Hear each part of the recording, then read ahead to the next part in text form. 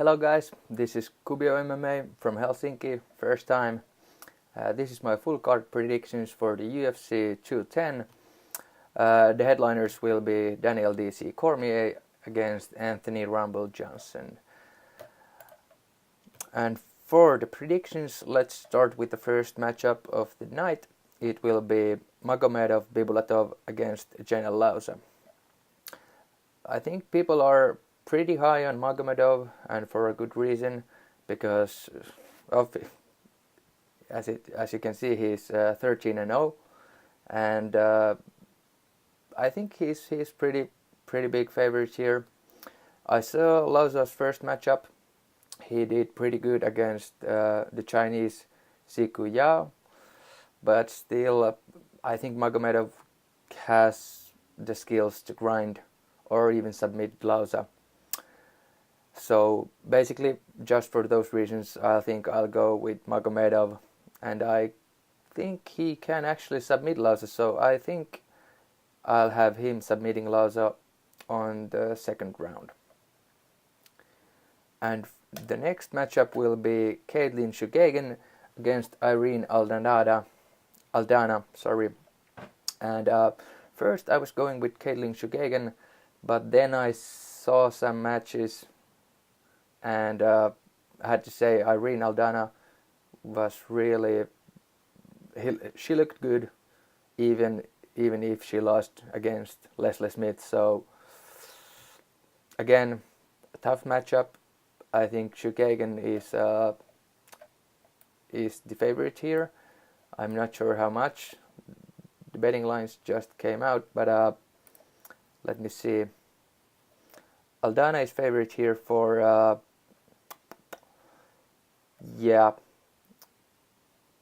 240. So Aldana is the underdog here, but still, I have a feeling that Aldana will win against Chookagian. So I'll pick Aldana for a decision.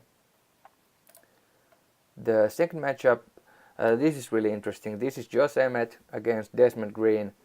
There's been a little bit of hype about Desmond Green actually, but Josh Emmett, he has had stellar performances before. I think he has gone 2-0 in the UFC, unbeaten record, 10-0. I have to check it. But anyway, Emmett looked really good. He has a good striking game, pretty good game all around, hits hard, good ground game. Some of guys are saying that Green might gas out, and I think that's a real risk. So if we took that also to the consideration, I think this is pretty easy matchup. So my pick will be Josh Emmett to win against Desmond Green by a decision. He can't even TKO Green, but Green has some hype, so I'll pick Emmett via decision. And the next matchup will be Gregor Gillespie against Andrew Holbrook. Gregor Gillespie has one match in the UFC, one fight. I think that was in Brazil against these tough nations, or was it Tough Brazil finalist Giaco Blanca, sorry. And Gillespie was good. He's a really good wrestler, Division 1 level. So I think he said himself that he is the best wrestler on the UFC roster at the moment. That might be a bit bullshitty thing to say at the moment, but I think he will definitely out wrestle Holbrook. Holbrook 12-1, good record. He won against the favorite Jake Matthews in Australia card a couple of months ago, I think. Then I had Jake Matthews winning, so I haven't picked Holbrook yet, but I think this won't be the matchup to go for Holbrook. So Gregor Gillespie for a decision. He will grind him. maybe even pound him, give him some ground and pound. Definitely my favorite here. I can see that in the UFC Pick Em, people are going with Holbrook. I have no idea why. I'm actually ranked 97th on the UFC Pick Em, so I've had a good year so far, and these are just the kind of things that people just seem to miss. I have no idea why. But yeah, Gregor Gillespie via decision. Next fight. Next fight will be Jan Blachowicz against Patrick Cummins. Light heavyweight matchup. Interesting fight. It's easy to see that Patrick Cummins has the edge if you think about wrestling wise, but Blachowicz has heavy hands. He's a good boxer. I think all around a bit more skilled than Cummins, and many of guys that I've been listening to are saying that Cummins' chin is totally gone. I had to go check that out. I checked his recent bouts against Nogueira, and then now I'm losing it. But well, anyway, Patrick Cummins, his chin is gone. Clover Teixeira. Bad matches. It looked really bad. Cummins was eating those punches. Both matchups should have and could have been stopped earlier. So I think this is an easy matchup for Blachowicz. He needs one punch, maybe two, and Cummins is out. So my pick here will be Blachowicz via first round knockout, and this is a quite confident pick actually. Next matchup, I'm really high on this matchup, will be Shane Burgos against Charles Rosa. I watched some tape for both of these guys.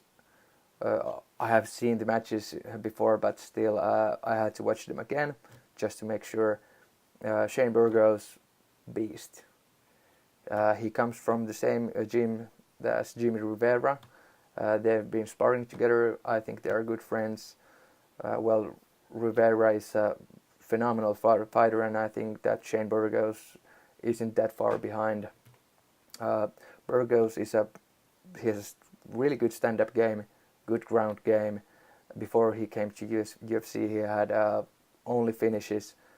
But against Thiago Torre, in his first UFC matchup, he got a decision, but that was a really dominant performance by Burgos. So hard to go with anything else than Shane. I watched Charles Rosa's match with Kyle. I have to check the name.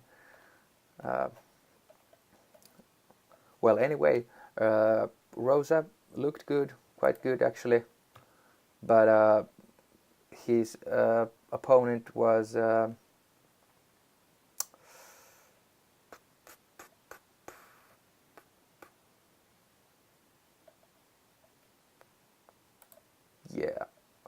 he was against Kyle Bochniak. That was Kyle Bochniak's first match in the UFC. He had like a 2-week notice, so that was a really close fight. In my cards, when I watched it last night again, I think Bochniak might have actually won the fight. So Rosa has a good ground game. He has 7 submissions, 3 KOs, 1 decision. If he can get Shane to the ground, he might be able to submit him, but Shane also has a lot of submissions, I think 5 or 6. So and he comes from Tiger Schumann's gym, so he knows his ground game as well. So I think this is a confident pick. I'm picking Shane Burgos via second round KO. Yeah, because before the UFC he had really much KOs and submissions, and I know the UFC level is higher, but still I'm going with Burgos here. Next matchup will be Sean Strickland against Kamaru Usman. I know people are high on Usman. He has 4 wins, or is it 5 wins already in the UFC, no losses. But still, he's only like having decision wins and even close decision wins. He has had some decent opponents. Warley Alves, for one. I think he's a good fighter. He's a grindy guy, Usman, I mean. But I don't think that he's that good in stand up. Basically, he hits quite hard, but he also gasses out. And then if we look at Sean Strickland, he can go the full 3 rounds. His gas tank is really good. Strickland has an awesome record, as does Kamaru Usman. Strickland is 18-1 at the moment. Tough matchup. The betting favorite definitely is Usman here, but I can still see that Strickland jabs him if he can keep him in distance. Stuff the takedowns. He has a pretty solid takedown defense. If he can keep it standing, I think Sean might have the edge here. And betting wise, I think it's like 400 dog here, Strickland. So I think I'll go with Strickland here via decision. Yeah, that will be my bet. And then we have the return of Miles Jury. Miles Jury against Mike De La Torre. This should be a piece of cake for Miles Jury if he's on top of his game. Mike De La Torre, I watched some tape, wasn't that impressed. Knows how to box, but on ground, Miles should have the advantage easily. So, damn. I don't think I need to go any deeper than this here, so I'll pick Miles Jury via 2nd round submission, and this is one of my most confident picks also. And then the first fight of the main card, it will be Ill Will Brooks against Charles Oliveira. Oliveira is coming down going up a weight class. He missed weight maybe like 4 times. Ill Will Brooks, good performances. His last fight against another Oliveira, he lost. I think he broke his rib, yeah, and he lost that one. That was really bad for him because he has had a good record in Bellator, and he was going up in the division. Now he has to face, I think, a good opponent in Oliveira. Oliveira is ranked number 7 at the moment, but betting favorite here is Will Brooks, and Brooks never been submitted. Oliveira is a really good ground game specialist, as we all know, but still I think Brooks will keep him in the distance, stuff his takedowns. Brooks is a big guy, really strong feet, so there's always the possibility that Charles will take him down, or not even maybe take him down. He's really good off his back, but I think I'll go with Brooks. I can't pick against him in this kind of fight, so I'll pick Brooks via decision. Yeah. Then a welterweight fight between Thiago Alves and Patrick Cote. I think both guys are past their prime already, but Patrick Cote, he had a run before he was facing Donald Cerrone, and that was a bad matchup for him. Cerrone was on a run. I think he's one of the best fighters in the division at the moment still. So I have to go with Cote here. Alves is a hard-hitting guy, but some guys are saying that after USADA, Thiago Alves hasn't looked the same. I kind of have to agree with that. Not wanting to say anything bad about Thiago Alves, but Cote, both guys hit hard. This will be a slugfest if Thiago can decide. Cote might be a bit more careful. It depending on what Alves will do. This could be also a fight of the night if they just go there and bang, but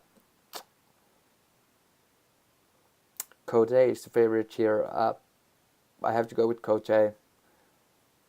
I'd like to go with Alves, but I think Cote has more weapons to win this matchup. So I'll go with Patrick Cote via decision. Yeah. Then the second women's bout, Cynthia Calvillo against Pearl Gonzalez. Cynthia Calvillo 4-0 in his professional record, yeah, and Pearl Gonzalez 6-1. Cynthia Calvillo, I think this is her fifth match in about a year, so she has been fighting a lot. She is a Team Alpha Male product. Had a really good performance against Amanda Cooper. Really fast match. Didn't take long. First round finish. And Pearl Gonzalez, she has been subbing girls in the other promotions. I think she's specialist armbar, but I think against opponent as good as Cynthia Calvillo, Pearl Gonzalez will be put to a real test, and I don't think that she will make it out. So, yeah, Cynthia Calvillo, I have to go with her via decision. She could even KO, TKO Gonzalez, but Calvillo via decision, and this is also quite confident pick. Of course, it's a women's bout, so not wanting to say anything bad about women's bouts, but as we have seen, they can go either way. But Cynthia Calvillo via decision. And then the co-main event of the evening, Gegard Mousasi against Chris Weidman. I've been going back and forth here. First I had Mousasi, then I had Chris, and now I'm still pretty high on Mousasi. So, as everybody knows, Mousasi has the upper hand if they stay standing up, but Chris is the better wrestler and might even have the better ground game. Arguably, Mousasi's jiu-jitsu ground game overall could be better, but man, this is really bad matchup. No, not a bad. This is really good matchup, but a tough match. What much to pick? So, some people are saying that Chris might be juiced here, and if you have seen any of his pictures on his Instagram, he looks quite ripped. But still, I don't see how he could. No, that would be too big of a risk for him at this moment, when he has had 2 losses against good opponents, Romero and Rockhold. There's no shame losing against those guys, but Mousasi, he's on a roll, easily on a roll. 4 wins. He lost against Uriah Hall, but then, as we know, he won against Uriah Hall in the rematch. Pretty dominant performance. So, Gegard Mousasi, I have to go with him here. I hope he wins. I'm not that big of a Weidman fan. Don't know why, especially, but I think Gegard, this is his 50th match in his career. I think he deserves it. It's stupid to say someone deserves something in the fight game, but I think at least he deserves a title shot. So I'm going with Gegard Mousasi.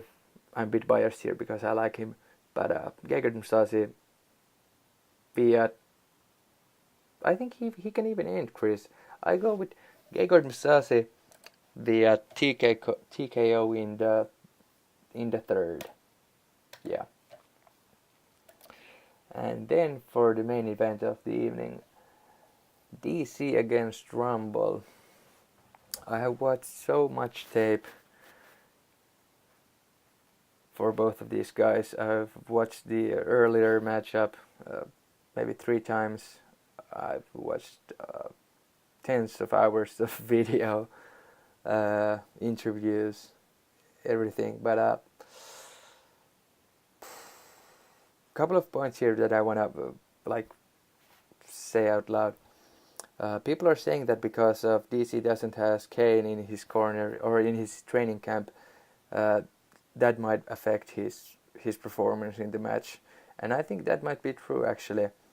And people are also saying that Rumble is a quitter. I think that's hard to believe. I think DC was first of the guys who was saying things like that. I think that's really like a kind of nasty thing to say, but now Rumble has a point to prove, and he can show that DC is wrong. Everybody knows Rumble's power, so one punch, that's all he needs. I think DC was saying that he will box against Johnson, but no, he won't. The path of least resistance, that's the way. There's no way that DC will want to trade punches with Johnson. No. If he wants to keep his head, he will take him down, lay on him, carry his weight. There's no other way for DC to win. I know he has been fighting big guys in heavyweight, Barnett, etc. But still, Rumble has that kind of agility when you compare to his size and the power to smash bricks. So DC will go to the ground, try to win there. If Johnson can't finish this in the first 2 or maybe 3 rounds, I think he will lose. But I think he can pull out a knockout victory in the first or the second. That's what I'm hoping for. I think DC has one foot in the grave already. He's been doing so much reporting and he's talking about retirement. He's an older guy already. I like when he's reporting, but I don't like his style. That's a pretty childish thing to say, but everybody likes Johnson. Who doesn't like Rumble? He knows how to bang. Damn. I think I'll definitely go with Johnson here. Once again, I don't want to say he deserves it, but I would like to see him as the next champion to go against John. Yeah, that would be cool. Of course, I would like to see the Cormier John Jones matchup again, but a fight between Johnson and Bones could be awesome, pure awesome. So I think my pick will be Anthony Johnson via second round KO. Yep. So that's it for today.